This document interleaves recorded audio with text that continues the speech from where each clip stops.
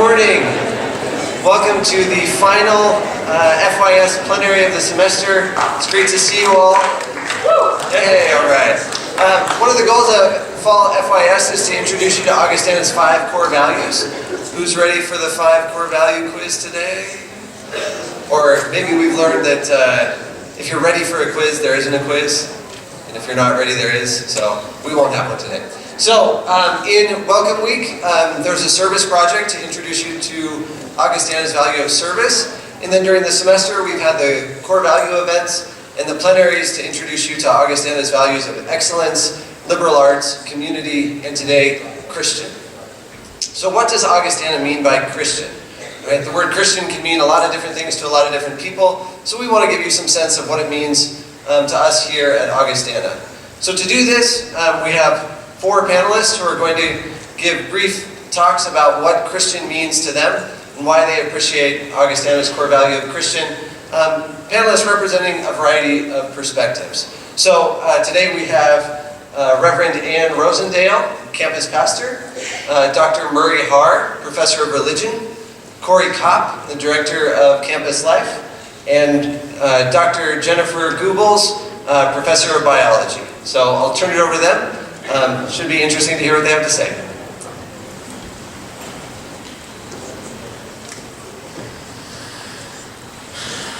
Well, as Dr. Minister said, my name is Ann Rosendale. I serve Augustana as one of your campus pastors, along with Pastor Paul.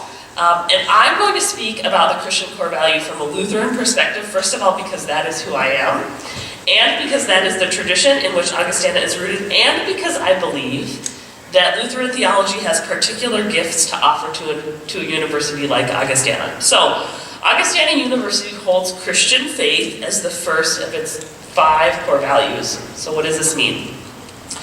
Well, I suspect that some of you came to Augustana because it was Christian. Some of you came hoping that the university would uphold certain values and practices because of its religious identity. You came to Augustana expecting that the university would support and grow your faith in a particular way.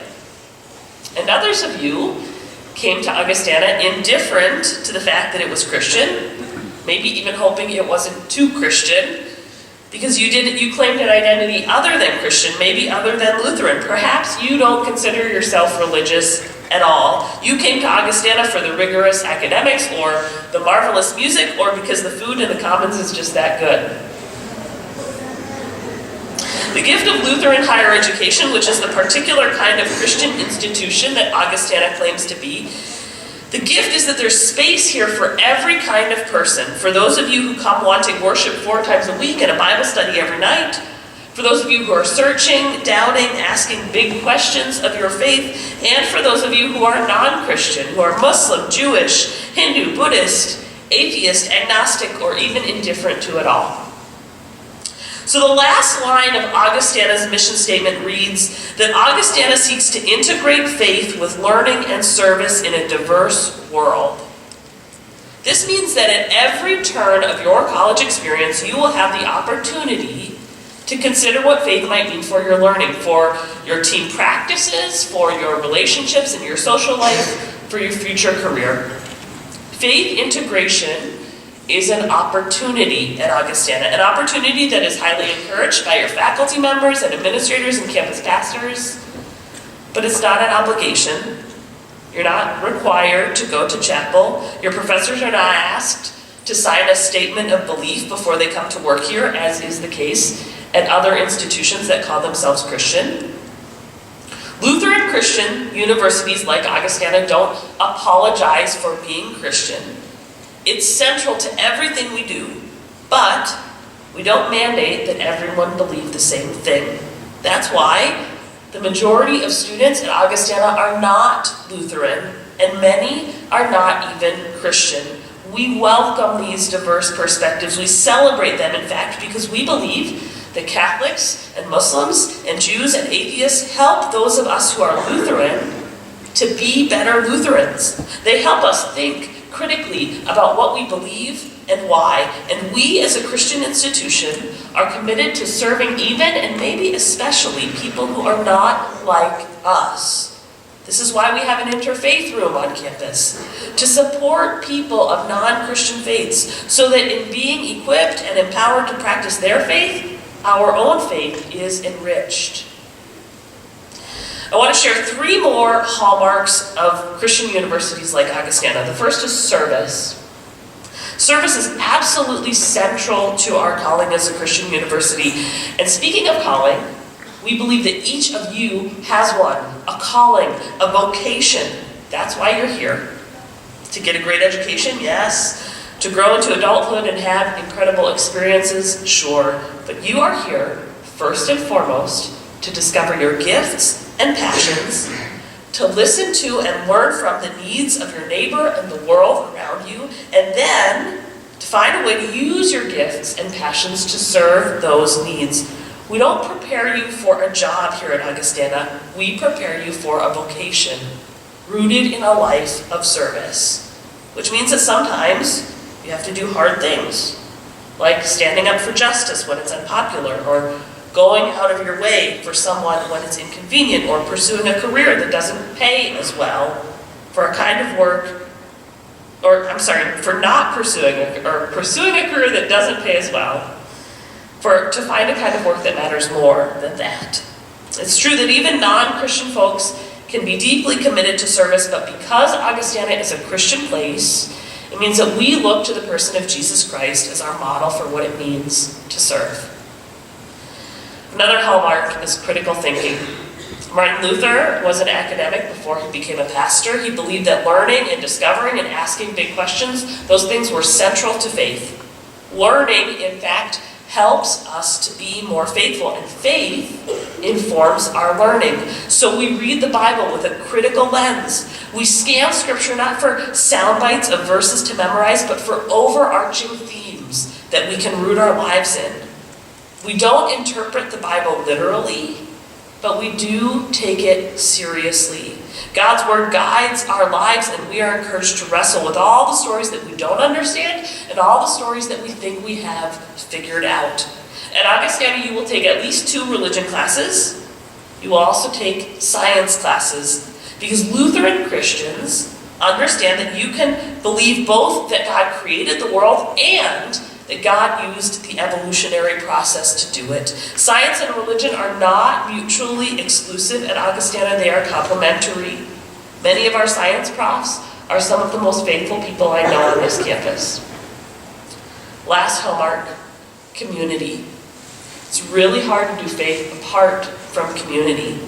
That's why we worship in the chapel 4 times a week. It's why we don't have class at 10 a.m., so that we can come together as a community and remind ourselves what we are about first and foremost. Worship helps us practice how we might live in every other aspect of our lives.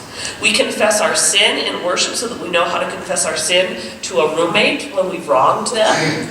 We share a communion meal every Wednesday so that we can be more mindful about eating in the commons or at Bagel Boy. We say thanks to God in prayer so that we become practiced in gratitude for when your professor graciously grants you an extension on a paper, or the financial aid office finds another scholarship to alleviate some of your college expense. And we stop. For 30 minutes, every Monday, Wednesday, and Friday, we stop. As a way of pushing back against a world that wears its busyness as a badge of honor. We do all this in community with and for one another, recognizing the image of God in every neighbor we meet.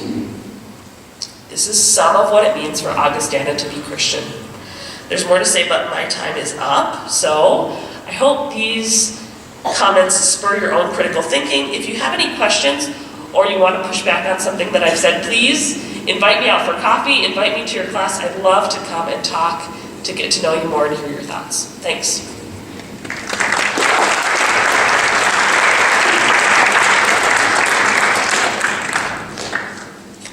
Hi there. I'm Murray Haar. I teach in the religion department. Anne has said some very good things, and I will probably just be echoing some things she says. And I want to say, if there are questions, you want to come by and talk at the office, I'm glad to meet with you. Some of you I'll have in class, I hope. I think Anne is right that Augustana is unashamedly Christian. And at the same time, very strangely, unafraid of any questions about the Christian faith. There are no questions that are off the table. I think that's a sign of a healthy faith as opposed to one that is unhealthy or blind. Faith needs to not be frightened of the questions, first thing. Second thing, if you walk back to Augie, look where the chapel is. The chapel is at the center of the campus, but the chapel is surrounded by academic buildings, and all of those buildings are raising questions with what the chapel is proclaiming. You ought to read while you're here, Freud and Marx and Nietzsche and Darwin, and all of them raise serious questions about what it means to be Christian and why perhaps you shouldn't be Christian. And those are things we're not frightened of here. Watch how the chapel is surrounded by these academic buildings, and as the chapel, it also comes back at those academic buildings and raises questions with them. It's interesting to watch. By the way, some of this goes back to Martin Luther, who believed that God did not only work in the church, but God was at work in the world. And if God's at work in the world, then you better study what's going on in the world as well as study what's going on in the church.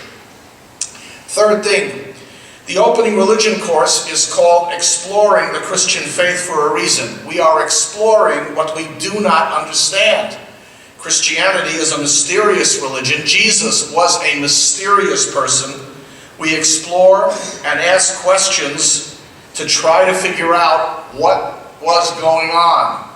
We know that we do not know. And because we do not know, we try to understand. We're dealing with something which is quite mysterious. I'm always worried when I meet religious people who are too certain. You know what I mean? Don't be so certain. You think, I have a sign on my door that says, think that you may be wrong. Fourthly, we are not frightened by outside voices, and Anne was saying that. I'm Jewish, I teach in the religion department, and I find more and more students are interested to hear other perspectives. What is the Jewish critique? Why Jews don't believe in Jesus? Why do Muslims not believe that Jesus is divine? There are some interesting questions here. I teach classes in Buddhism and Hinduism, and we're not frightened to find out what other traditions think. Finally, our goal is not to Christianize or Lutheranize you. We want you to have a faith that thinks, that takes thinking and questioning as part of faith itself. Say three things here. We do not teach against the tradition, and we do not teach for the tradition. We teach within the tradition. Hence, there are all sorts of things that we are willing to talk about, and I invite you to come and take religion courses and think more deeply about your faith. Thank you.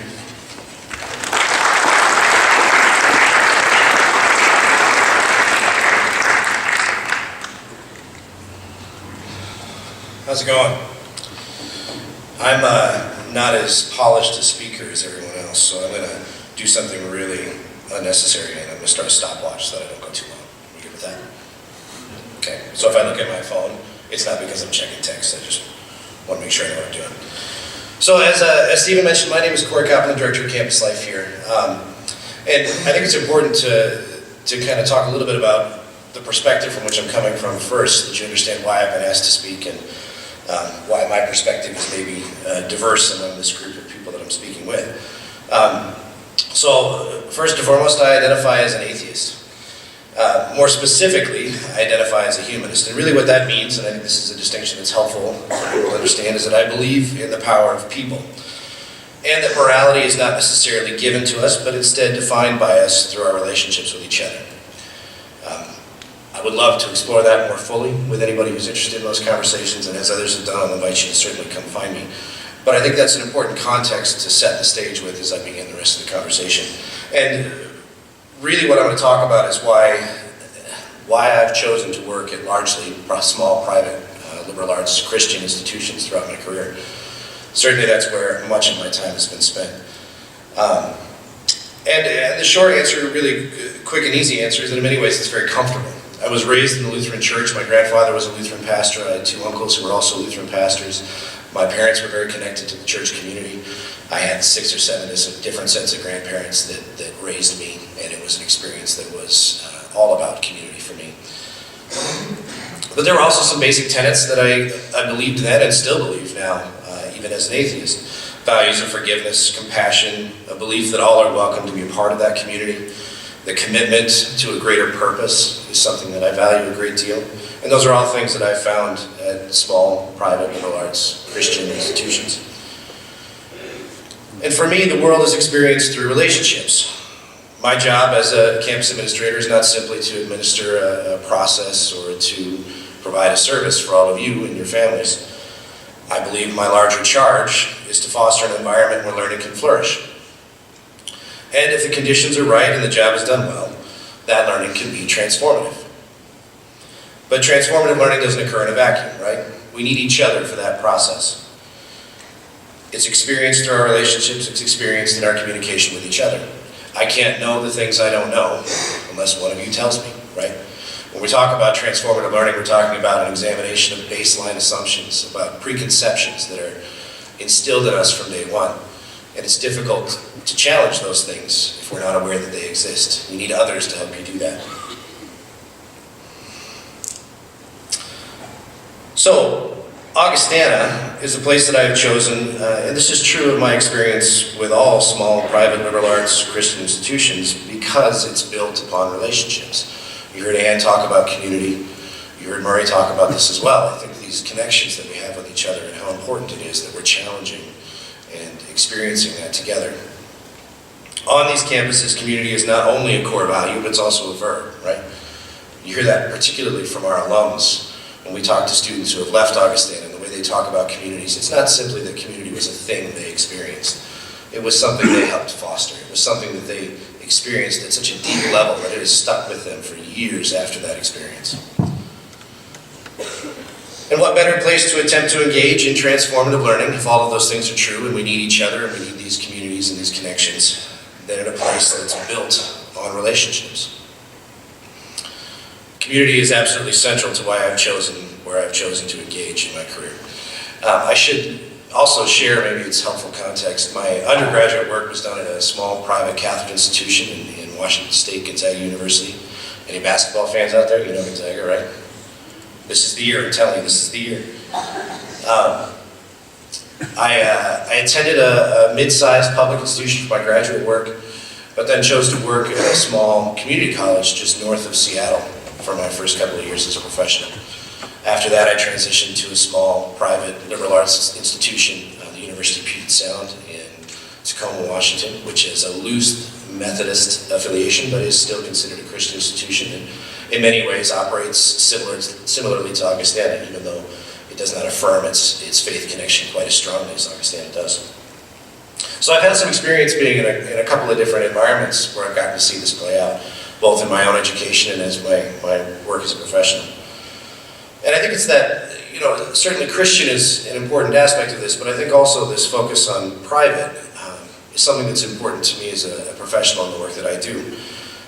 It's easily overlooked, but it's an important aspect of being able to feel free to have those kinds of conversations. We're whole people, right? We come to the table with all the things we come to the table with. And I have colleagues in public institutions who don't always feel that they have the ability to have meaningful conversation about a student's or even a colleague's faith perspective in a way that allows them to share openly and fully. And while I don't subscribe as a professional to the idea that I should ever be sharing my viewpoint in a way that tries to influence you or suggests to you that there is a correct path as a result of that belief, at the same time, I want that to be part of a conversation that we can have together and that we can share so that you understand me as an authentic and whole individual and I get to understand you in the same way. Finally, I would say, the choice to be at an institution like this is really about surrounding yourself with challenge. I appreciated Murray's discussion of the Religion 110 class in particular. Students have often described that experience to me as though it's an opportunity to be challenged so completely that you really kind of deconstruct your own faith perspective. And at the end, you ended up reconstructing it in a way that feels perhaps a little bit more intentionally chosen. And I've always appreciated that concept, that idea that we need to challenge each other. I have learned so much more about myself being here than I'm sure I would ever have learned if I were surrounded by people who thought exactly like I did. And that is an important aspect of this experience, and certainly something that's been critical to my own experience. So, hopefully that's helpful. Thank you for your time. 6.5, Stephen, I did great.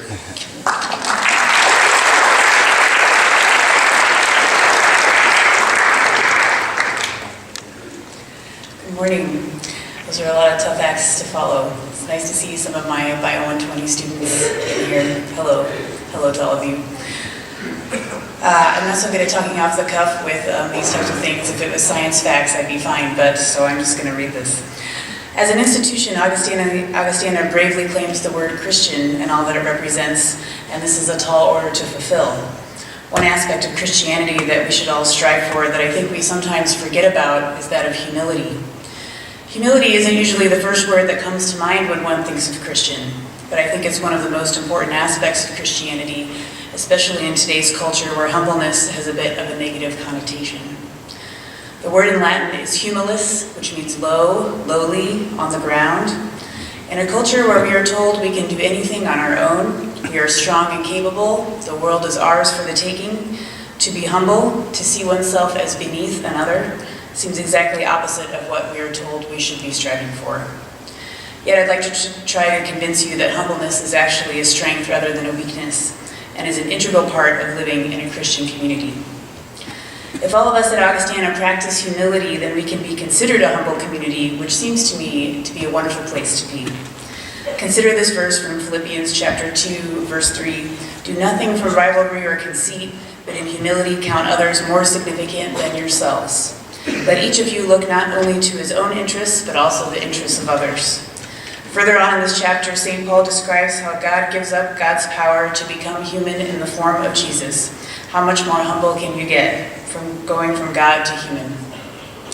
Others have followed in the path of being inspirationally humble, including Gandhi and Mother Teresa.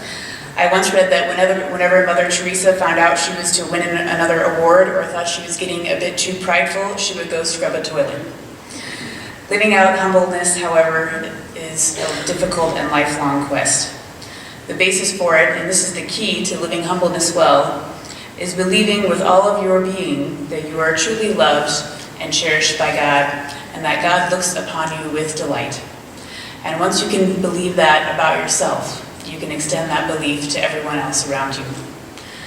So let's think more deeply about what it means to be humble in our daily lives in two different ways. How it can change our self-talk internally, and how it can change the way we see others. How many of you have ever made a mistake? Wow, everybody, right? Yeah. I have so many, it's hard to pick just one as an example, but here's one you may find relevant to you now. I hate to admit this, but I got a D on my very first biology test. After getting it back, I went to the bathroom and cried, and then I called my mother. And I had so many self-doubts at that moment. Am I smart enough? Do I belong here? Can I do this? Is this going to be impossible? Maybe I should switch majors, blah, blah, blah, blah, blah. Far away from home and away from my normal support system, I was devastated. However, I went and spoke to my professor who encouraged me to keep trying and said, and my students know that I love this quote, if you keep doing what you've always done, you'll always get what you've always gotten. So I drastically changed how I studied, and the rest is history. We cannot shield ourselves from every bad mood, misstep, embarrassing moment, or failure. We do not have that kind of complete control over our lives. So when bad things happen, or we feel embarrassed about something we said, or we failed in some way, we can have the humility to let it come, let it be, and let it go. Humility then means we can stop spending so much energy putting up the facade that we have it all together and we know exactly what we're doing, hoping people think we are talented or smart or worthy of their attention. Being humble means we can let go of all of that people-pleasing, affirmation-seeking, and drive to perfection. Who we are, as we are, is always perfect enough for God. I'm going to read you some lines from a prayer called the Litany of Humility. In essence, this prayer is asking for the freedom of no longer being tied to what people think of you, no matter if what they think or say is good or bad. Dear Lord, set me free from the desire of being approved. from the desire of being consulted, from the desire of being preferred to others, from the desire of being praised. Set me free from the fear of being humiliated, from the fear of suffering rebukes, from the fear of being forgotten, from the fear of being ridiculed. When you can let go of the desire to have people think well of you when they don't, it won't matter because you know you are loved by God. You won't feel the need to keep seeking positive affirmation again and again because it keeps wearing off. When you are free from the fear of being humiliated or rebuked, you might find yourself having the courage to do things you had never considered trying before, because if someone thinks badly of you, you simply don't care. Humility, as perceived as a weakness, thus becomes a strength. Mother Teresa said, "If you are humble, nothing can touch you, neither praise nor disgrace, because you know who you are." Now let's think about how this works in your relationship with others. This humbleness gives you eyes that look onto everyone else, whether they be your same age, race, or sex, and realizing that they too have the exact same immense worth to God.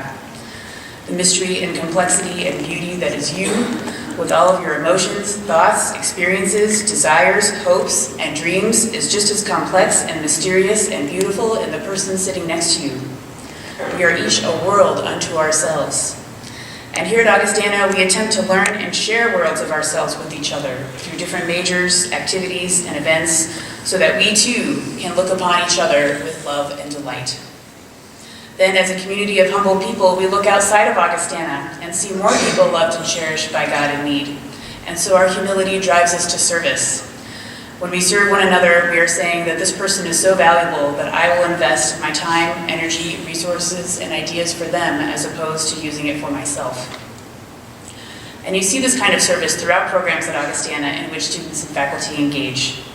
So thus humility underscores all of our 5 values: service to others, excellence, not perfection, living in community, Christian, and appreciating the diversity and the beauty of the liberal arts. So let's pursue humility and be humble in the fact that we know we are not humble all of the time. We should treat ourselves and others like you would a toddler learning how to walk. You wouldn't snatch them up when they fall down and scold them. You gently pick them up, talk softly, encouragingly, and set them back on their feet again. Let's keep creating a humble community here at Augustana where we understand that we all need each other to help us make up for what we lack as individuals. That is the liberal arts, that is Christian, and that is Augustana. Thank you very much.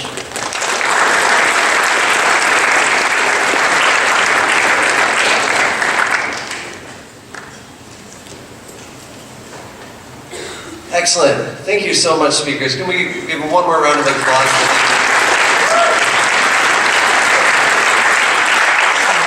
Thank you so much for coming. You should head back to your classes now. Best wishes on the rest of the semester.